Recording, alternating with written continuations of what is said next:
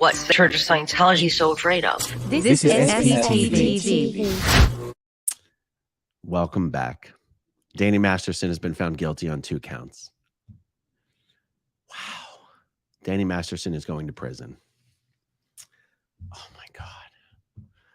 This is such a big deal for the Jane Does, to say the least. This is a big deal for victims of this type of abuse in Scientology.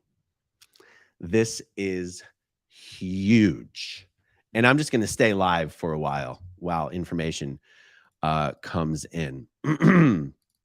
Reporters are tweeting, not from the courtroom, but because you can't tweet from the courtroom. Not even journalists are allowed to tweet from the courtroom or broadcast from the courtroom. What you can do is get up, run out into the hallway, go back through security, unlock the magnetic pouch that your phone is inside of, and tweet from in front of the elevators. Now, there's actually 2 different kinds of press badges. There's one press badge where you've sort of been a background check through the sheriff's office and everything. Those people with those press badges are actually allowed to have their phones not inside one of the magnetic bags. So, Lisa Bartley from ABC7, James Quilley from the LA Times, they can actually just step outside of the courtroom in the hallway and tweet. But other YouTubers, journalists, and bloggers who don't have that access, they actually have to go back through security before they can broadcast anything. Yeah, I'm just going to stay live. I'm just going to stay live, guys. I'll be playing with the comments.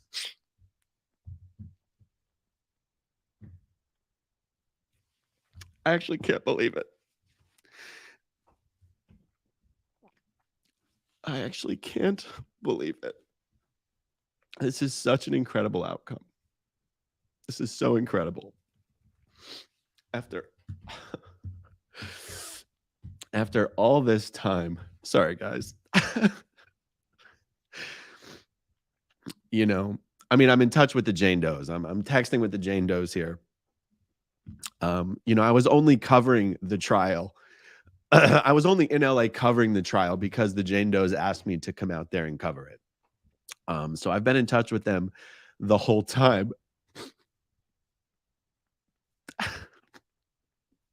Even the Jane Does thought this was coming back without a conviction. Even the Jane Does had resigned themselves to the fact that the jury was probably coming back to say that they were hung on all 3 counts. And that's why this is just so incredible. God damn. And you know what that means? It means that the civil trial has so much more legs now, in my opinion. In my opinion, it does. Sorry, guys. You guys know me, though. I'm a crybaby, so. Usually this is what I use to wipe all the oil off my head, but today it's for something better. God damn, you guys. This is such a big deal.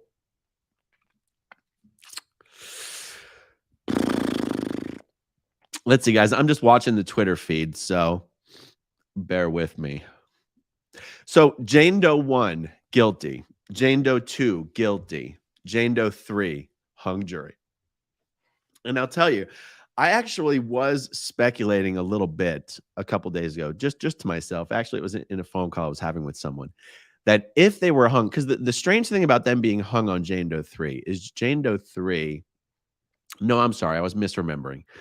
Jane Doe 1 is the one that has the most evidence in terms of like Scientology reports that were written on this subject. So scratch what I was about to say.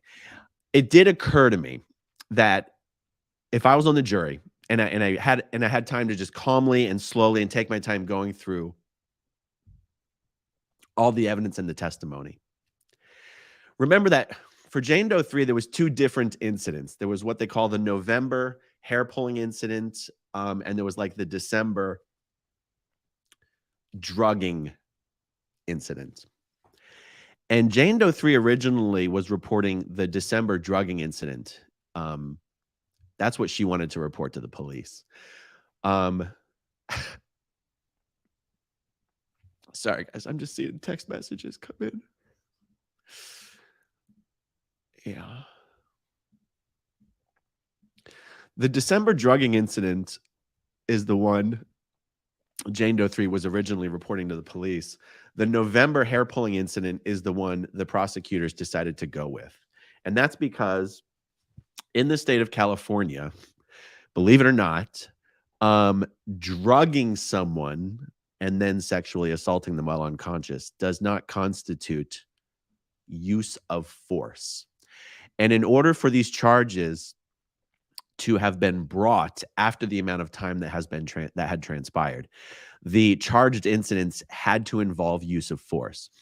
Now, in the November hair pulling incident, Jane Doe 3 had testified that she woke up to Danny having intercourse with her, but that wasn't unusual. That was a normal, common thing in the relationship. They'd been together for 6 years.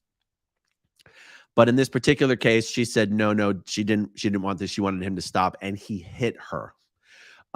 Because he hit her, it was the first time he'd ever hit her. And because of the hitting, that constituted use of force. The drugging incident did not. And it occurred to me that if I was on the jury and I was thinking about this like very critically, and I thought to myself, but if she woke up to him having intercourse with her, can we call that the R word if she said that was normal in the relationship? Now, again, I'm not passing judgment. I mean, I think they should have found her guilty, found Dana guilty for Jane Doe 3. But it did occur to me that if they're hung up on that charge, that might be the reason. And that's all. You know, I was just giving a little bit more thought. And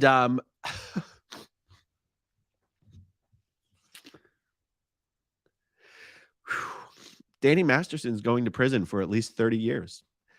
So for each one of these charges, he faced a mandatory minimum of 15 years to life. By the way, guys, he had to be found guilty. Sorry, guys. Every time I look at the chat, I get choked up. Sorry, guys. Fuck.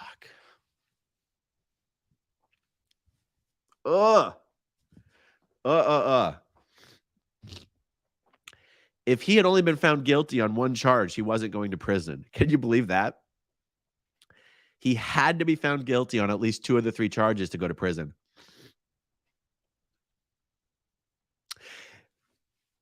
And each of the charge carries a mandatory minimum sentencing of 15 years to life. Or is it 15 to life? I'm not an attorney, guys. I grew up in a cult. All I know is that if he was found guilty on all 3 charges, he would be facing a sentencing of 45 years to life. And now that he's been found guilty on 2, it's a minimum of 30 years. I do not believe, and my attorney friend, Zach Morgan, is going to be able to jump in on this live stream with me as soon as he can. And I'll ask him. I do not believe this crime, the way this is tried, whatever the jurisdiction it's tried in, whatever, I'm going to leave that language up to my attorney friend, Zach Morgan. I don't believe you get time off for good behavior on this one, guys. I think it's 30 years hard time. And this isn't the kind of charge where you're going to a nice federal prison camp. You're doing hard time. You're doing hard time. Let me text Zach. I'll send you a link. Okay, I guess I can send him a link right now. He can join whenever he wants. Yeah, I'm not in a rush on this one, guys. I'm going to keep this. I'm going to stay live for a while. This isn't like I'm trying to wrap this up. I want to find out all the juicy nitty gritty. While we're sitting here waiting, Andrew Humphrey, glorious day. Mama 83.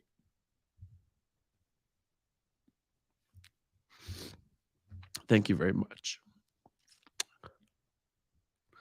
Yeah. Not only these chain does, but many others. Yeah.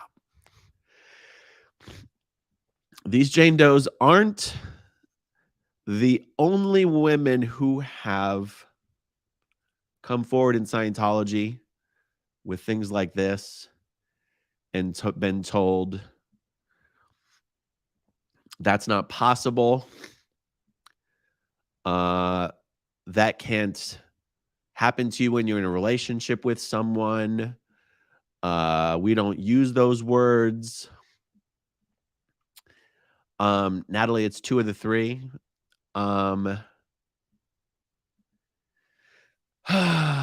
What did you do to pull it in?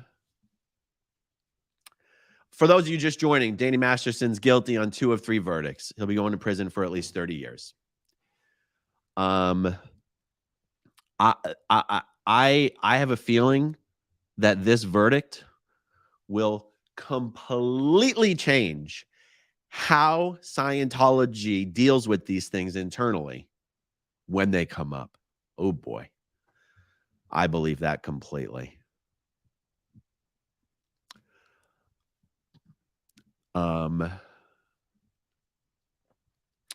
You know, there have been some internal changes that have occurred in Scientology as a result of all the exposure over the years. I mean, there's obviously been exposure of many different kinds, going back honestly to the 50s and the 60s. I mean, there was even documentaries being done back in those days. They didn't get the kind of broad exposure that some of the more recent stuff has gotten. You know, I feel like, and maybe some of you experts in the chat can jump in with some other thoughts on this.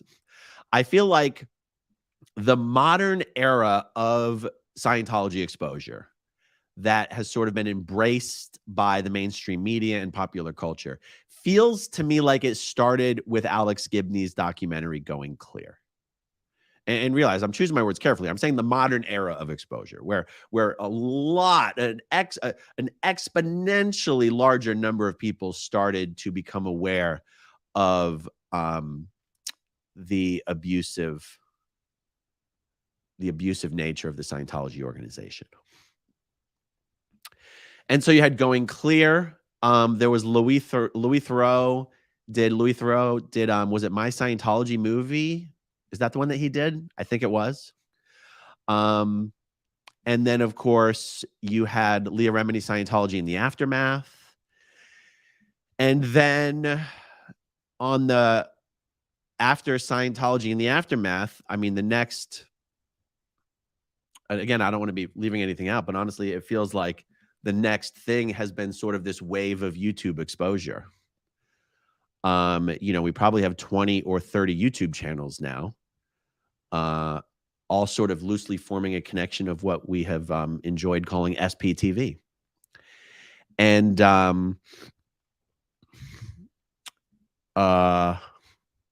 throughout all of this, Scientology has actually made some internal changes. They do not hold on to people's passports anymore, believe it or not. No. I realize anything they've reformed on today, they could unreform on tomorrow. Do you know what I'm saying? But we've received a lot of reports from people inside the Scientology bubble saying, yeah, they actually sent their passports back to everybody. Nobody knew why. And it's because it happens to be a federal crime to confiscate someone's travel documents. It happens to be part and parcel to, you know, human trafficking allegations. Hold on, let me I'm answering Zach. Not possible to do that midstream, unfortunately.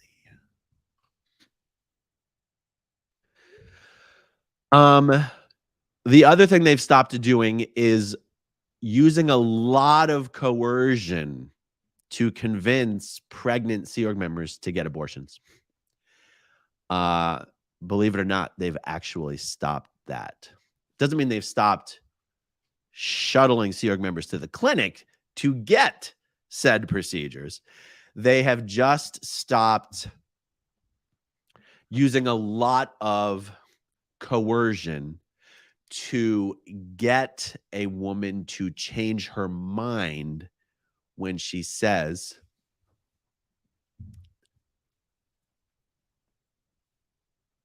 I gotta stop looking at my text messages.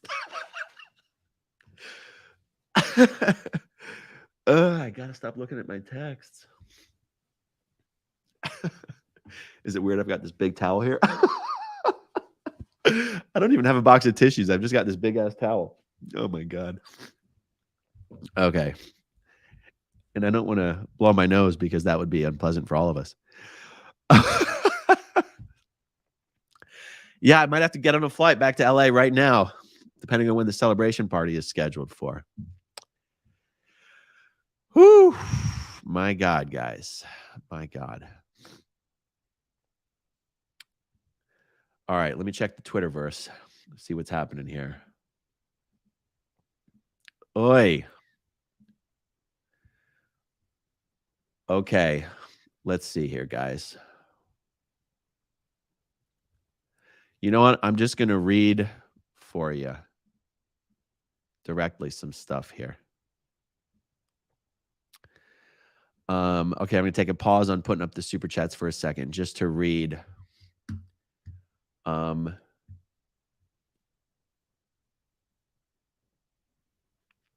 going to read you what Tony Ortega's published, okay, guys?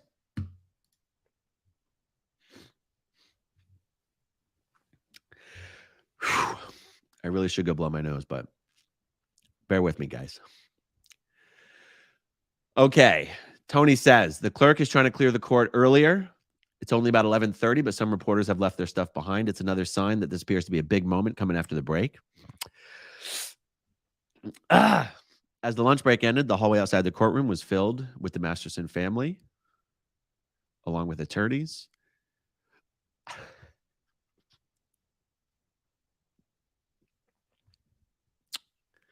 All right. Someone says, let me ask our four-person, seat number 9. You said one count is deadlocked. That's true. If the court asked you to keep going, do you think you could reach a verdict on that one count? No. Is there anything the court can do to help you reach a verdict? No. Does everyone agree? Yes. 2 counts are unanimous. She asks the four-person to hand them to the bailiff, who gives them to the judge. The clerk reads them. Count 1, guilty. Count 2, guilty. Bijou Phillips, Danny Masterson's wife, starts wailing. She's crying. The judge asked Bijou to maintain her composure. They're polling the jury. Each one of them agree that these are their verdicts. Now on count 3, the judge finds that the jury is deadlocked on 3 and declares a mistrial on the 3rd count. On count 3, it was actually 8-4 guilty. Wow, 2/3 of the jury did want to vote guilty for the charge regarding Jane Doe 3. The judge thanks the jurors and excuses them. She tells them they cannot be paid for any interviews for 90 days. I'll do it for free. But they can talk to the attorneys at this point if they want to. Holy shit. Danny Masterson is handcuffed. Based on 1166 and 1203.66, the court will be remanding Mr. Masterson. Masterson is being handcuffed. Bijou is crying. Holy shit. Judge explaining that the charges are serious and violent, and so despite his bail, he will be going into custody. Holy shit. Wow. Wow. Wow. Philip Cohen is suggesting electronic monitoring, house arrest, that Masterson is needed for preparation of a defense motion, whether he poses a risk after 22 years of the incidents. DA Mueller agrees with the court that the crimes are violent in nature.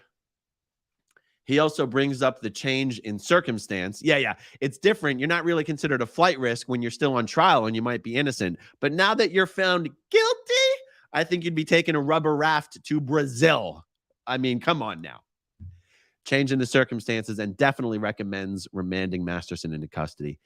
Based on allegations and the sentencing he's facing, the court finds Mr. Masterson to be a flight risk. The next court date is August 4th. Holy shit! Danny Masterson is in fucking prison as we speak. I cannot believe it. This is incredible. Wow. Wow.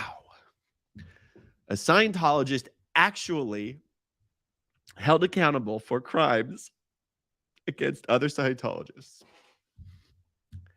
Absolutely incredible.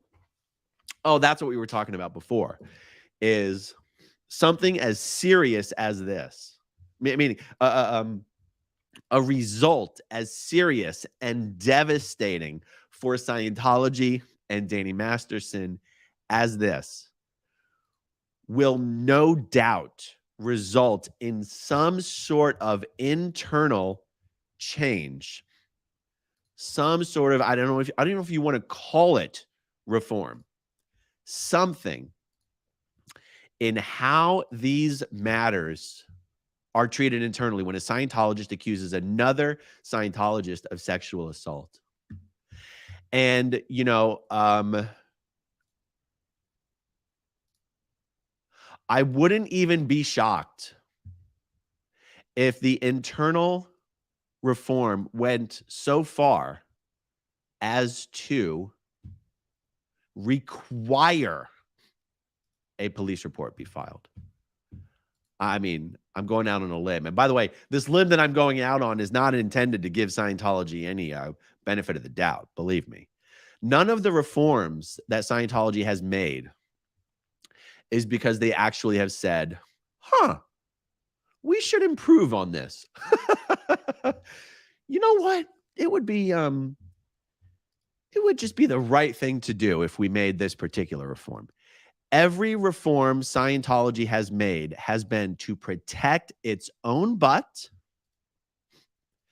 and to limit the possibility of Scientology being dragged into a court of law, to limit the possibility of Scientology being hit with criminal charges, of being sued, of being humiliated in the press. Oh, the other change Scientology made.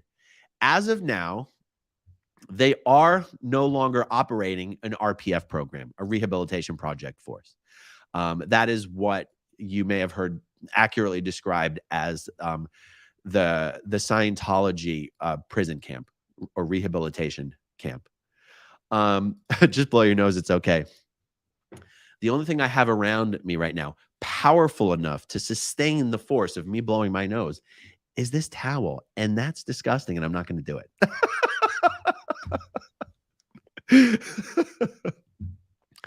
And so there is no one currently on the RPF, and they have suspended the practice of assigning any new people to the RPF. Not because they were like, you know, maybe it's inhumane to put someone on a labor camp program disconnected from their spouse for, 5 to 10 years at a time. It was really because they were like, you know what? This program has really been a source of a lot of bad PR for us. And it seems that the bad PR this program has generated for us when people escape the program and talk about it, it seems that the bad PR this program has generated has probably hurt us more than having people on the program has helped us. So maybe for now, we should just get rid of it. They could reinstate the RPF tomorrow, guys. We don't know. Yeah. Wow, guys. Wow to the wee wow. I hope my lawyer friend, let me see if Zach, we were going to try to do a simultaneous stream on both of our channels, but I can't, I cannot mid-stream share a stream on another channel. So we'll see if Zach can jump on here with me or not, because I would really like to get his perspective on what Danny Masterson has coming to him. What I really want to know is whether there's any chance of time off for good behavior. Because technically, this isn't a life sentence. Actually, what the hell am I talking about? It absolutely could be. I keep talking about 30 years. 30 years is the minimum. That's the minimum. They could give him 25 years on each count, 30 years on each count, you know? And you know what? You know what they'll probably take into consideration? You know what they'll probably take into consideration on the sentencing? And this is what I would like Zach to tell me if they're even allowed to take this into consideration. Wait a second. What am I talking about? It's the judge who determines sentencing, not the jury. What do I know, guys? I grew up in a cult, but I think that's the jury's already been excused. They don't get asked their opinions on the sentencing. I believe that's 100% the judge. Great question. Is Danny considered an SP right now? Joanna not. The answer is no. Being convicted of a crime does not in Scientology make you a suppressive person. What it does make you is PTS type B, as in Bravo. PTS stands for potential trouble source. Scientology don't want no potential trouble sources around. So, you know, when you are starting a major Scientology course or an auditing action, you get an interview called an A to J interview. It's done on the e-meter. And it's called an A to J interview because the interview is done to determine whether you are PTS type A to J. So let's count it with me, guys. A, B, C, D, E, F, G, H, I, J. 10. So there's 10 different ways you can be a potential trouble source to Scientology. And one of those ways is you're an actual criminal. So Danny, and if you are declared PTS type A through J, they don't just say you're declared A to J, they pick one. If you're declared PTS type whatever, you're not eligible to do Scientology courses or auditing. And that's to protect Scientology. Danny Masterson is now PTS type B, criminal, which means he will not be eligible for Scientology services. By the way, I actually found out this week, hot breaking news, buried at 27 minutes into a video, but it turns out that Danny Masterson has actually been dead filed in the Scientology system. Not only that, but one of his other siblings was also dead filed. Let me pull up my secret confidential Scientology sources. Scrolling up. Bear with me, guys.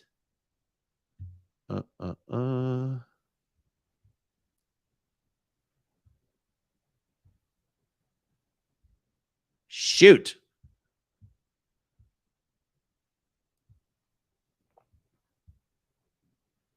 Crap, I can't find it. It was either Alana Masterson or Jordan Masterson, who was also dead filed. But I think it was Alana. And what dead filed means in Scientology is that no one is allowed to send you anything. No one's allowed to send you any communication. No one in the organization is allowed to initiate a phone call to you. No one's allowed to send you a letter. They're not allowed to send you any mail. It means do not contact this person. Do not send them any correspondence. And that was as of 2 years ago. That's what's interesting. As of 2 years ago, Scientology had already dead filed Danny Masterson and his sister Alana. That's crazy, right? But that's not the same thing as being declared a suppressive person. Believe it or not, if you're dead filed, Scientologists are still allowed to communicate with you. Believe it or not, if you're dead filed, you're actually still allowed to go into a Scientology organization even. It's not the same thing as being declared a suppressive person. Okay, moving right along. Sentencing guidelines. Yeah, and you know, Jeff Augustine a few weeks ago had sent me a video. And it was all about how people who are in the California prison system, I mean, California just specifically here, what it means to be a sex offender in that system. Even criminals have codes. And the worst thing that you want to be in the prison system is a sex offender. Now, it would be even worse for Danny if his crimes involved children. But believe it or not, and this was news to me because I actually thought that in the, you know, the big bad prison system, all these big bad criminals, I thought they actually didn't look down too much on something like rape. It turns out I was wrong. And Jeff Augustine sent me some videos on YouTube that were done by former prisoners talking about what it's like when you get off that bus for the first time and you go and you're going into prison for the first time, everyone's there. They want to see your paperwork. They want to see your paperwork. They want to know what you're in for. And people who are there for crimes such as what Danny Masterson has just been found guilty of, they get marked. They get marked. And I'm going to bust out that video if I can still find it. It'll be an open letter to Danny Masterson, what he can expect. Well, I mean, he's probably, I mean, I don't know. Maybe my attorney friend Zach Morgan can also help me with this. Like, I know that you have jail and you have prison, and jail is not prison. Prison's prison. So, like, is Danny Masterson going right to prison, or is he going to jail until he gets sentenced, and then he goes to prison? See, that would be interesting. So it's possible that Danny's not having to show anyone his paperwork today. I mean, I think she said the next hearing is August 4th. That's going to be his sentencing hearing, right? So does that mean that Danny doesn't actually go to prison until August 4th? Then he's going to have to be showing his paperwork. That would be something that my attorney friend Zach Morgan could help us with. So let's see. With this guilty verdict, what does it mean for Scientology? Woo! I was just reminded. I mean, I just remembered as we're sitting here talking about this. There is still an open and active grand jury investigation going on into obstruction of justice in this case by Scientology and Danny Masterson. Who do we have here but my attorney friend, Zach Morgan? Hey, everybody. Good, sir. Uh-oh. Let me put on my headphones. And I'm going to leave you here by yourself for a second. Be right back. All right. Actually, I'm going to... shit, I'm afraid of accidentally ending the broadcast. All right, you've got the helm for a moment. I'm going to go blow my nose and get my headphones. Hey, tell the people whether Danny Masterson is going to prison today or is he going to jail and we'll go to prison after his sentencing. I'll be right back. Sure. All right, so Danny Masterson will be in custody today. He will not leave the courthouse through the front door. He will leave through the back door in handcuffs, probably in a jumpsuit, and will go into the back of a police car, a paddy wagon, prisoner transport vehicle bus of some sort. And he will go to one of the county jails. I assume the LA County Men's Central Jail, although LA County is large, and so they have a lot of holding facilities throughout the county. I suspect he's going to the Men's Central Jail. That's the biggest and most popular. He will sit in the county jail until the time of his sentencing. After his sentencing, he is subject to being delivered into the custody of the California Department of Corrections, or whatever they call it, the California state prison system, at any point thereafter. It's normally like the day of sentencing. He probably won't just show up on the doorstep of the prison. It normally takes days or weeks, sometimes a few months to process into, because remember, he's not the only person waiting to go to prison. There's lots of other people waiting to go to prison who've already been sentenced. They're just waiting for essentially their number to be called so they can be processed. So it could take weeks or months, but he will not be going home to sleep in his own bed tonight. He will be getting a new bunkmate probably within the hour, although as we've talked in previous streams, most likely he will probably be held in what's, I think California calls it, the special needs yard, but basically he will be held in solitary confinement or a lockdown type, not necessarily because he's a suicide threat or an escape risk, but for his own protection, because one, he's a celebrity of sorts, and two, the nature of the crimes that he is now convicted of committing tend to not sit well within the hierarchy of the prison system. So when you commit those particular acts against other people that he is now convicted of having committed, you tend to not carry good favor with a lot of the inmate population. So they're going to lock him up in a facility for other people who have committed the same or similar offenses. Give me a second, guys. I'm going to try and log into the channel here on YouTube so I can monitor the questions. All right. I'm not sure where Aaron left off. I know one of the questions, and we'll talk about the sentencing. I see lots of questions in there about the sentencing. I was listening to the stream on the way to my computer in the last few minutes. So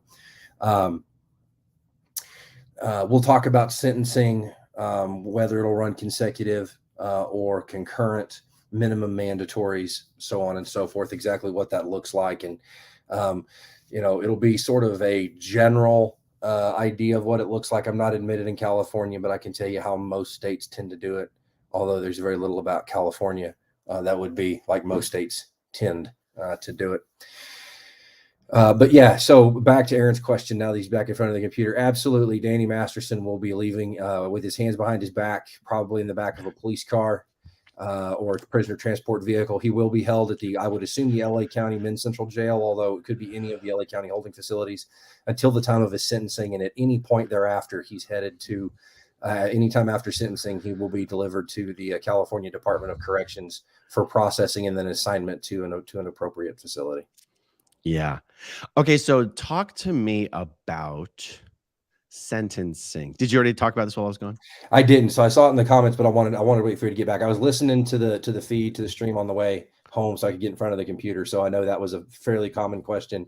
And then about 3 seconds into the chat, that's the single most common thread that I see across your almost 8,000 viewers, your 7,300 viewers or whatever it is at the moment. So if you haven't already liked the channel, make sure you like and subscribe to Growing Up in Scientology. And if you still get a hankering after this stream is over, jump over to your lawyer friend, Zach. I got that up and running the other day. If you have, I've already got over 3,000 subscribers over there. So I appreciate all the love.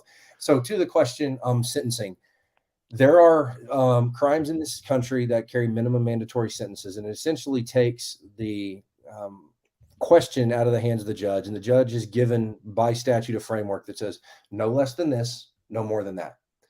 In this case, the 15 to life, do not think of life as until he dies naturally. It's a little bit weird, but a life sentence, unless it means life without parole, a life sentence has a finite stop. Oh. In Oklahoma, I forget exactly, I don't do a ton of criminal law in Oklahoma. It's somewhere around 40-something years. But at the very least, it is what we call an 80% crime. So you have to serve 80% of, I'll make this number. Let's say it's 50 years. He has to serve a minimum of 50 years if he's sentenced to life. He has to serve 80% of 50 years to be eligible for parole. Or supervised release, or whatever the state courts call it in California. So one of the questions I saw was, will it run consecutively or will it run concurrently? So consecutive means, he's got 2 convictions, count 1 and count 2. We run count 1 to its extinction, and then we run count 2 to its extinction. Most of the time that is given to the judge, and the judge will, after the pre-sentencing report, hearing the testimony of victims and victims impact statements and so on and so forth, will tend to adjudicate that. Most judges tend to run them consecutively, given the nature of these crimes. It's not like he robbed a liquor store and in the process of robbing a liquor store hit an old lady with his car. These were 2 very different events at 2 very different times with 2 very different sets of victims. And so the judge, I suspect, will probably sentence him consecutively, and they'll run back to back. And and that could be, in some states, it just says 15 to life, which means he has to serve a minimum of 15 years per count, at which point he will then be eligible for consideration for parole by the California Pardon and Parole Board. And that's what happened to Charles Manson. The famous murderer Charlie Manson sat in the California prison system and went up for parole 18 or 20 something times. Was never granted it, but after he served the minimum, he was up for parole on whatever the sequence is, 8 years, 6 years, whatever the sequence is in California. So regardless of the math on it, his days of walking around free are gone for the foreseeable future. Probably the better part of Aaron's life, the better part of my life, certainly the better part of Danny Masterson's life. And if he does get out, he will be as an old man, and it will also be as an individual who is registered as having committed the types of crimes he committed, which will then, if he ever does get out, will affect his ability to live where he wants to live, go to the places he wants to go, see the people he wants to see. He can't be near schools and playgrounds and children's care centers and churches and things like that. So his life, as he knows, it's over regardless of how much time he actually does. Yeah. I can Jane Doe 3.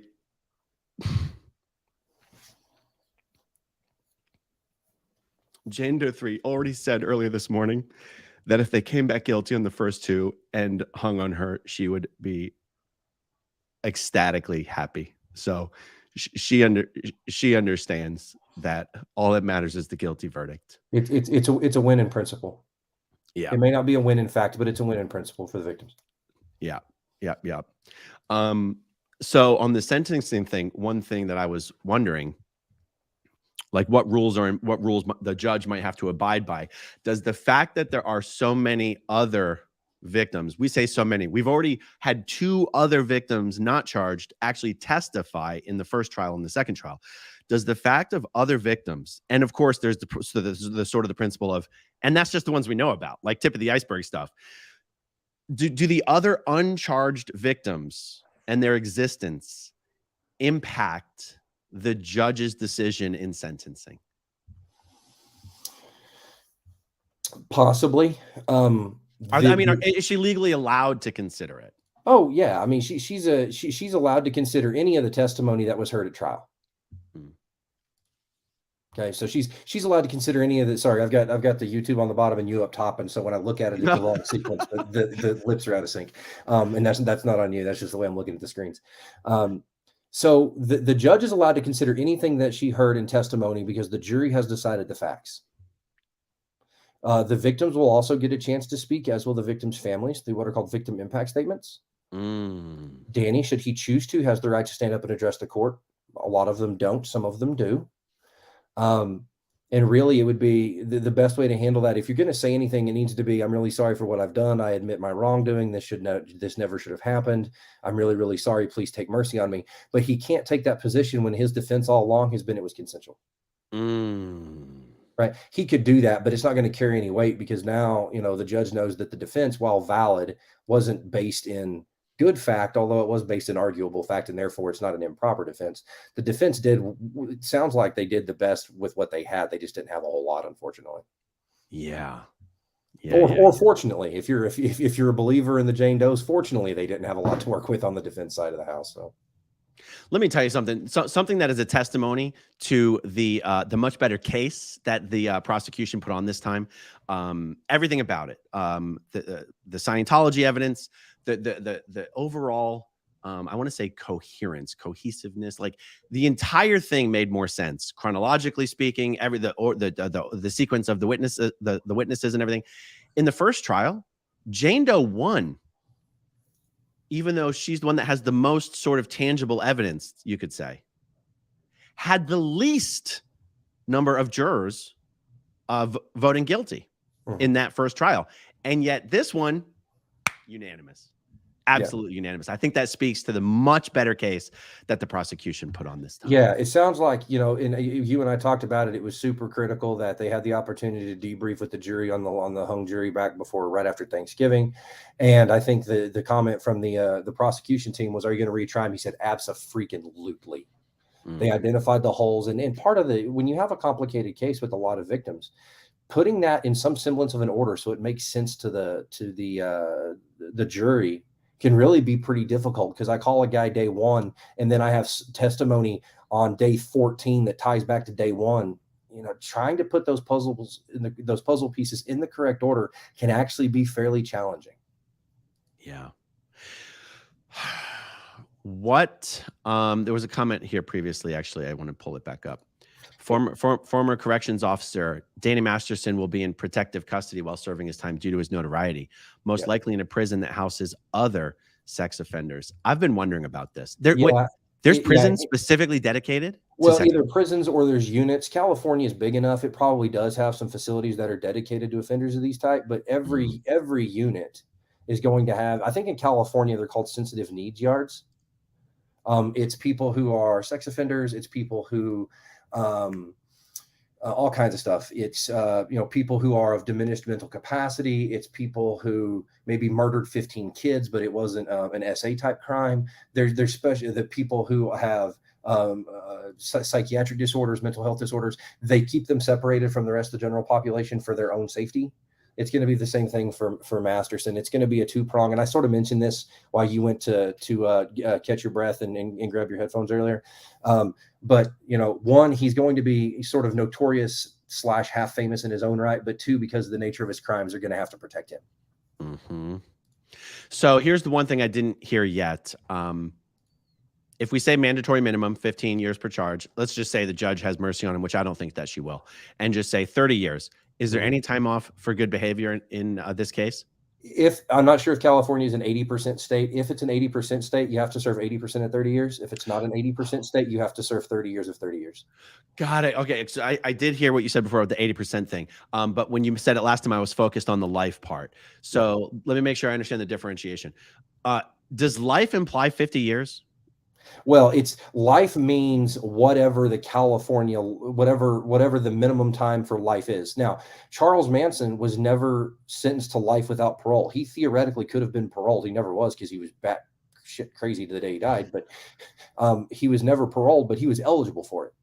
So he came back up after the minimum amount of time you have to serve to be eligible for parole on a life sentence ran. He was eligible for parole.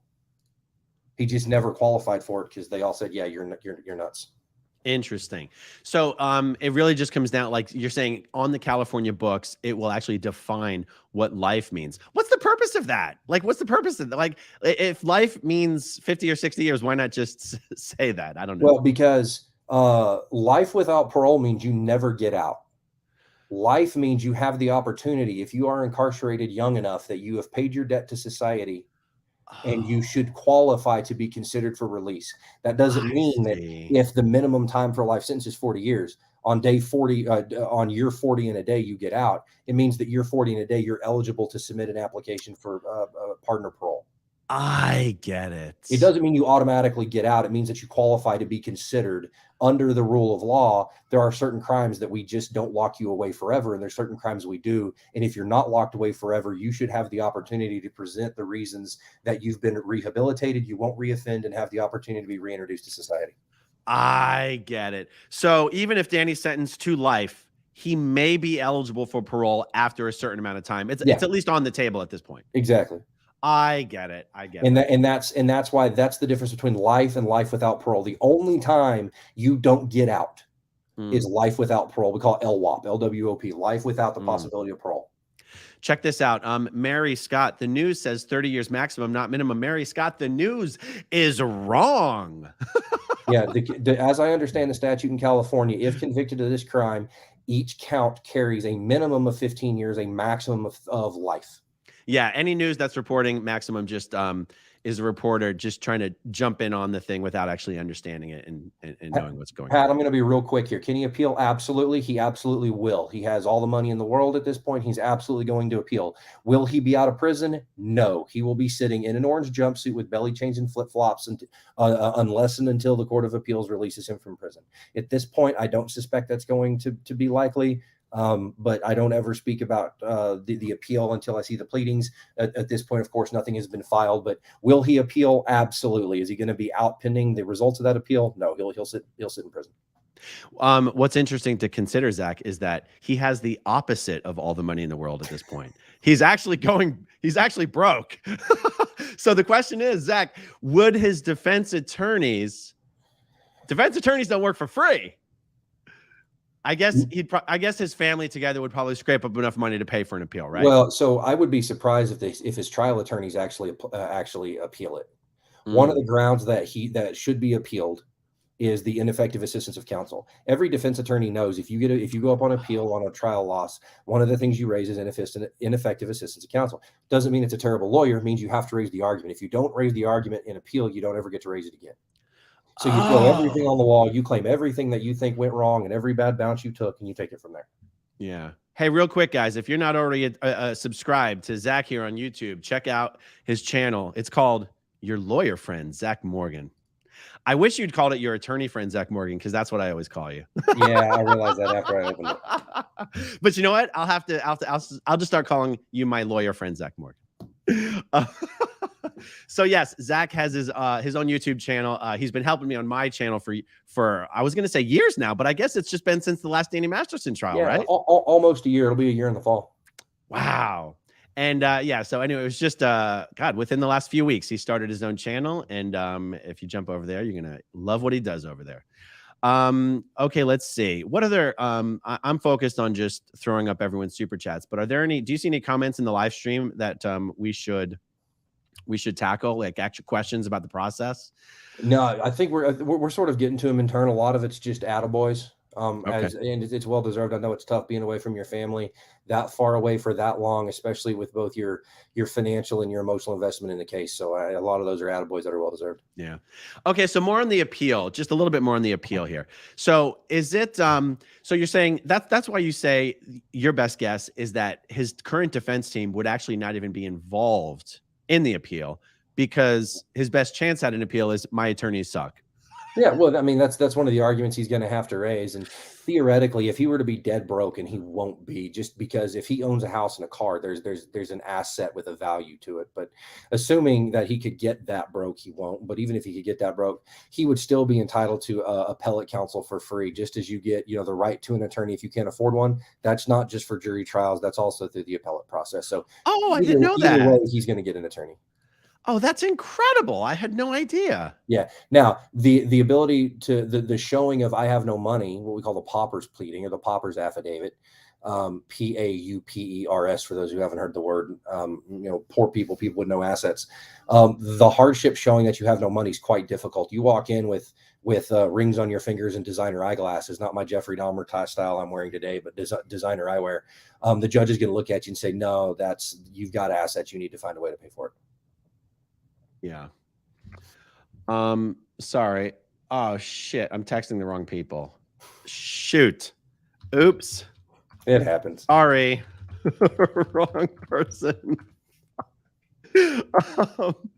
That's what I get. I actually had absolutely no idea that you had a right to an attorney to help you with an appeal. I guess actually that makes sense because not everyone's a rich celebrity in jail for rape. That's true. So KK did throw a question up here a few minutes ago. Do essentially, does Danny Masterson's family finally understand what he did? And I think, to be honest with you, the answer is going to be no. Yeah. And not that they're at fault for believing he didn't, but in a familial relationship, especially in a familial relationship that's fairly isolated because of their involvement in the Church of Scientology, they don't have a choice but to believe him. If they don't believe him, then the foundation upon which they've built their existence sort of crumbles at the base. They don't really have a choice. They can't afford to not believe him.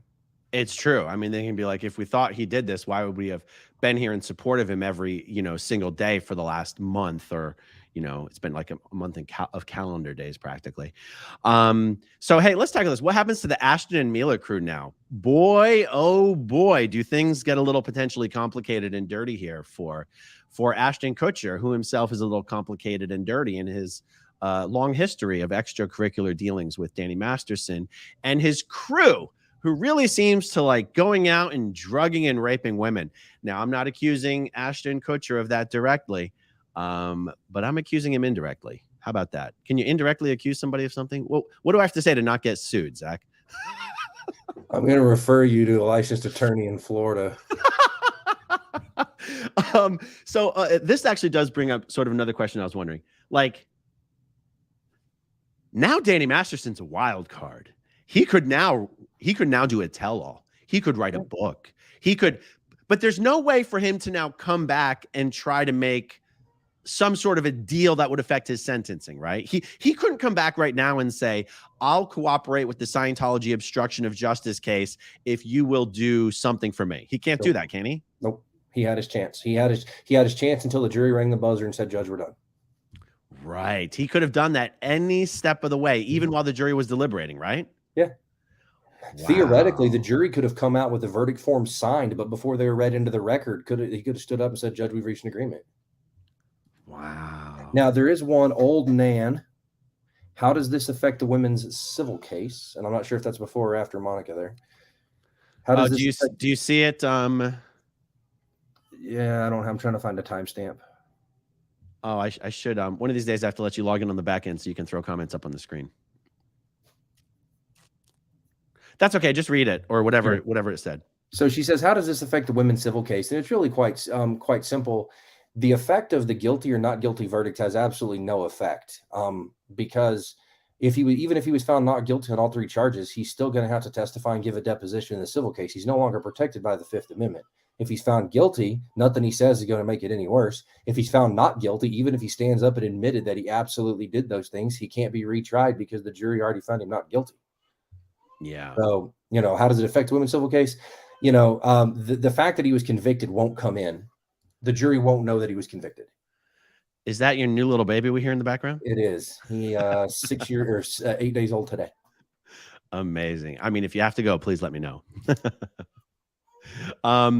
Okay, so Marjan wants you to know that she emailed you about her LLC. Very nice. Yes, and my office is looking into some of the questions she asked. I'm hoping to have a response to her soon. Very, very cool. Let's see. Peggy Cole's got a question here. Is there a difference in prison between forcible rape and I guess rape without use of force? Well, how do you rape someone without use of force? Oh, drugging. So like if you drug them first, is there a difference? You could drug, you could have statutory, or you could have forcible. And so, and I guess this speaks to sort of what I asked earlier. Is it completely just up to the judge and how she feels on the sentencing, or are there there's guidelines in the sense that there's a mandatory minimum, but what are the guidelines other than that? It's really up to the judge. That's part of the judge's job as the gatekeeper, is to receive the pre-sentence report. Most states, I assume California has a pre-sentencing report requirement. The defendant can waive it. He won't in this case, but he'll undergo substance abuse testing. He'll undergo psychiatric and psychological evaluations, which, knowing the particular beliefs of L. Ron Hubbard and his teachings on that, Danny Masterson can't, unless he wants to waive it, he can't say no. If he doesn't waive it, he has to participate. But they will also interview his family. They will interview his victims. They will interview victims' families. And then the pre-sentence report doesn't say that we think you should give him X number of years. It just says, here's all the things we did. Here's the results of that. For example, statistically, he's at a high risk of reoffending, or statistically, he's not at a high risk of reoffending. Oh, I like this question. Does this case set any kind of a precedent? Nope. This is, and I'm not critical here, people who are not in the legal community. The only precedent this has is on Danny Masterson and these 3 Jane Does. That's it. If additional Jane Does come forward and the state of California wants to recharge and re-prosecute on new Jane Does, that's their right. The fact that this case occurred doesn't come in. The jury won't, a future jury won't hear about it. And the only time a case has precedent is when an appellate court, a court of appeals, decides an issue of law. And that pertains. So, for example, the Supreme Court of the United States, when they interpret a law, that applies to every federal court, appeal court, and district court and lower in the U.S. The California Supreme Court, when they interpret law on appeal, that applies to everybody in California. But if the Ninth Circuit, which is the Court of Appeals, the federal Court of Appeals for California and sort of the West Coast, if the Ninth Circuit decides a case, that only applies to the courts in the Ninth Circuit. That doesn't apply to the 10th Circuit or the First Circuit or the District of Columbia Circuit. And does it only even apply in that case if they actually publish the ruling? Or does publishing the ruling mean now it applies outside of the district? Yeah, so publishing a ruling used to mean a lot more than it does now. But now with online legal research databases, I can find everything ever written. But back in the day when it was physically printed in a book, if it was not published, it would not be printed in the Reporter. So I couldn't find it. I can't cite it and rely on it. But now, as long as I state that I'm citing this case that's unpublished, it doesn't carry the full weight of an opinion, but it does carry persuasive authority. It's just not binding authority on the trial court. Amazing. Zippy McAdoo, life in California is 25 to 30 years. Is that in addition? How does this work? So it's a minimum of 25 and it looks like a maximum of 30 per count. So he's looking at a maximum of 60, a minimum of 30. So that's not in addition to the 15. It's no less than 15 and not to exceed, if I take you at face value here of 30 years, not to exceed 30 years per count, but no less than 15. So we're looking at 30 to 60 based on Zippy McAdoo's statement here. Now, look, he's at least 45, 49 years old. Let me Google. How old is Danny Masterson? He's 47. So honestly, look, even 50 years is a life sentence. Yeah. It's a life sentence. If he gets out, he's not going to be in a shape to do much other than sit in his wheelchair and breathe oxygen through a cannula. Yeah, absolutely. Colleen, thank you for this super chat. Let me see. There was another question that I had here. Oh. What's your insight onto does the prison system take any consideration as far as where to send him? Like the fact that his family lives in Hollywood, where they're like, yeah, you were just found guilty of forcible rape. So But it's we not want, so much where his family is in the federal court system. That does matter, because I could live in New York and be sentenced to prison in California. In California, not so much. What they will take into consideration is the type of crime, his affluence, his connections, also his gang activity. For example, if you're a member of the Crips street gang, they're not going to put you in a prison that's known to house blood gang members. You're not going to make it through the door before you get beat to death with a padlock and a sock. It's just right. They also are going to tend to keep him away from like all street gangs, even like the Aryan Brotherhood and the gangs that even sort of appeal towards white racist people in prison. They're still going to try and keep him separate from those, because the two crimes he is now convicted of having committed don't go over well no matter what gang you're affiliated with. That's just one of those crimes that you just don't do well in prison with that conviction. Okay, so this is this super chat up here is one I want to discuss for a second, because I think this is actually what I was in the middle of discussing when you joined me. There is still a grand jury investigation underway, being led, by the way, by the prosecutor that was the lead prosecutor on this case against Danny. And the grand jury is specifically into obstruction of justice on behalf of Scientology, David Miscavige, and Danny Masterson in this very case. And, me not really knowing how these things work, there was a part of me that thought, well, if he doesn't get found guilty, then the obstruction issue is probably less of a priority for people. I don't even know if that was a true assumption, but that's sort of how I felt. But now that he was found guilty, obstruction that occurred along the way or in pursuit to block this verdict seems to me to be becomes so much more relevant. Is that how prosecutors think about it? Yeah, essentially. I mean, now the prosecutor, and I think it's actually the prosecutor on this case, is also the prosecutor on the grand jury. But I think in Mueller on the lead prosecutor on the grand jury, I don't know where I heard that, but yeah, it absolutely matters. But it matters to the point that the jury determined he did it, so it gives a basis to the predicate acts of the obstruction. It doesn't actually go to help prove or disprove the presence or absence of the elements of obstruction of justice and any of these other things they're being investigated for. The other thing he can't do now is he can no longer rely upon the Fifth Amendment to protect him from testifying in front of the grand jury as it pertains to this case in this conviction. He can still raise it for other issues for which he was not prosecuted, but he can't raise the Fifth Amendment as to these two Jane Does. Wow. Well, really, these three Jane Does, even though it was hung. Pat Shore, have you spoken to Leah? Tell her way to go from all us SPs. I haven't had a chance. Before I even saw the guilty verdict had come in, I went live so I could be live when it came. And then it came out so fast, I actually wasn't live yet. So that's why I've been, haven't had a chance to call anybody. I've been texting people over here off to the side. Hey, put Gigi's up right there. Let me see. Okay. Shoot. No. Okay. So let me read it for everybody. Since he was found guilty, can they now prosecute anyone in the church for having knowledge of his sexual assaults and not stopping future ones by not filing a police report? So they can prosecute anybody for any reason, but they're only going to prosecute those that they think they can convict. They're only going to file charges that they think they can win on. The answer here is no. Can they? Yes. But I actually view that question as will they, are they likely to? And the answer to that is no. The answer to can is yes, always. But that's not the question. The question is, can I win?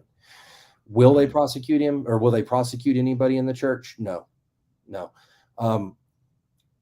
As a prosecutor, especially when you're going up against an organization that's as big as this one is, you have to pick your battles, because eventually if you lose everything, then word gets out and you have DAs who don't get reelected, judges who don't get reelected if they're, in a jurisdiction where judges are elected. But there's also the wear and tear on the office of It's hard on an attorney to lose a trial. It's emotionally draining. We put everything that we have into it, emotionally, physically, financially. We put everything into that case, and if we keep losing, we just run out of self to give to it. There's also all kinds of issues proved, because we know the church is going to lie and the people in the church are going to lie. That's what they do. There's policy about that they lie. That's what you're supposed to do. You protect the church at all costs. If somebody's going to sit on the stand, raise their right hand, take the oath to tell the truth with full knowledge that they're not actually going to honor their oath, what good is it? If we know they're going to sit on the stand and lie, and we know they're lying, and you know they're lying, but we can't prove they're lying, why? Yeah, totally. I know there are different schools of thought on this comment here. Little sweet dimpled boy, they'll take good care of him in jail. I sympathize a little bit with people who go, hey, it's not okay to wish that on people in jail. Now, look, my base human nature, I do find myself wishing that upon people like Danny in jail. But I do sympathize with those who are like, that's not right. That's not right. I guess that's all I can say on that. But it sounds to me like what you're saying regarding the protective custody or the special units for people accused of these type of crimes is, well, you could say to prevent this kind of stuff from happening, but maybe not. Maybe that's just to keep people from being killed in prison. Well, it's not necessarily to prevent this. It's designed to prevent as much violence as they can. The reality of it is, if he's able to safely make it from county jail to the prison system, the odds of something bad happening to him are fairly small. Things do happen, Jeffrey Epstein, I'm not a conspiracy theorist, but something just doesn't quite equal to in that deal. But you notice he wasn't in prison. He was held in a jail in New York City when that happened. He was not in prison. He hadn't even tried yet. So things do happen, but I don't suspect it's going to happen here. I would be surprised if as he's being moved through a facility, if his ratio is any less than 3-to-1, 3 COs for every one Danny walking around as he's being moved through the facility. And if he's being moved out of the sensitive needs yard or out of protective custody facility into another part, say he has to get sick, he gets sick and goes to the infirmary or something. It's very possible they will lock the units down that he's transitioning through to protect. I mean, to the point that regular general population are out just rolling dice and playing cards at the table. They'll sound the buzzer. They go sit in their cells. They get locked in their cells. They walk him through the room, walk him out, lock the doors, and then open the cells back up to the point. I mean, if that's what's necessary to keep him safe, the prison system will do that. Interesting. So, well, contrary to popular belief, what the TVs and the movies would have you believe, would you actually say the prison system really does go out of its way to protect prisoners? Or yeah, okay. They have a legal obligation to do so, and if they fail to do so, if they can show that the warden or the chief of the system failed to take all reasonable means to ensure prisoner safety, the prisoner's rights are violated. And it's really weird to say that out loud, but it's true. Prisoners have civil rights. They have the right to due process before they get jumped in an alley and beaten with a padlock and a sock. Right. The prison system has an obligation to keep all inmates safe. That's why they don't put Bloods and Crips in the same prison. Right. That's why they don't put transgender and gay individuals in the same facilities as people who are outspokenly anti-LGBTQ. I'm not talking to politics, just somebody who says, I'm going to kill the next gay man I see. They intentionally separate those individuals because, one, the LGBTQ person has a fundamental right to be safe, even though they're in prison. Just because you go to prison doesn't mean you're no longer a human. You still get those inalienable human rights the Constitution guarantees for us. Right. How about this? California is notorious for letting people out early due to overcrowding. Is this something that's possible? Yeah. What do you think about this? I would need to know exactly the demographics of the population that they're releasing early. Are they nonviolent drug offenders? Are they people of color? Are they white people? Are they middle class? Are they poor? Are they high income? I would need to know more about the demographics to have an opinion. But a lot of states are doing this, right? You go back to the Reagan administration. We locked everybody up. Crack cocaine it's 100-to-1. It takes 100 times more powder cocaine to get the same sentence as crack cocaine. for no measurable reason, right? The war on drugs, Reagan's deal. I'm not critical of it. He made a decision that he felt was best at the time. We now know that to be theoretically or in general an abject failure. It didn't seem to curb drug use at all. So we have enormous numbers of people who are sitting in prison for nonviolent drug offenses. If they're releasing them early, that's one thing. But I don't know that they're going to be releasing violent offenders of this nature early. But also understand, what does early mean? On a 50-year sentence, if early's 30, that's still a good chunk of time. He's still in his 70s.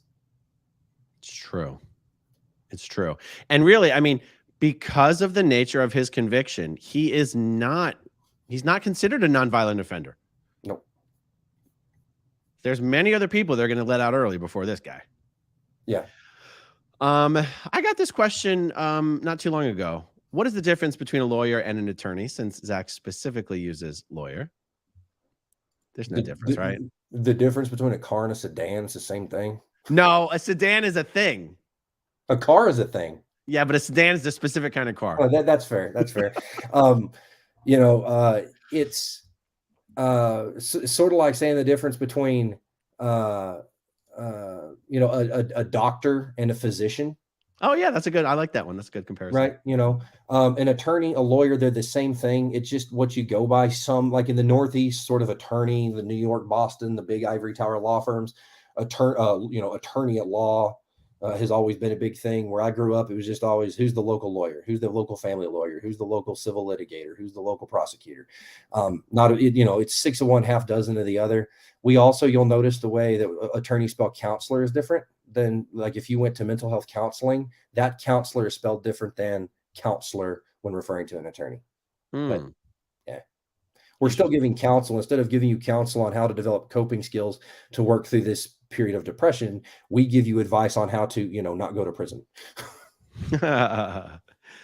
Well, we could talk about this forever, and me, I would, but maybe we should leave it at that. I should call some of these folks, see what's going on, see if I need to get on a flight out to LA for the celebration party. Yeah. Good news is you're flying back in time. You could make it. What's that? You're flying back in time so you could make it. Yeah, totally. Well, everyone, thank you for joining us on this. Zach, thank you for doing this. Let me give one last plug for you here. Subscribe to Zach Morgan on YouTube. His channel is called Your Lawyer Friend, Zach Morgan. He's the best in the biz. Thanks for watching, guys. This is a great day. This is an absolute great day. Thanks for joining me on this great day. We'll talk to you soon. Okay, if you want to see my rock and roll songs, click right on this guitar. And if you want to see a different one of my videos,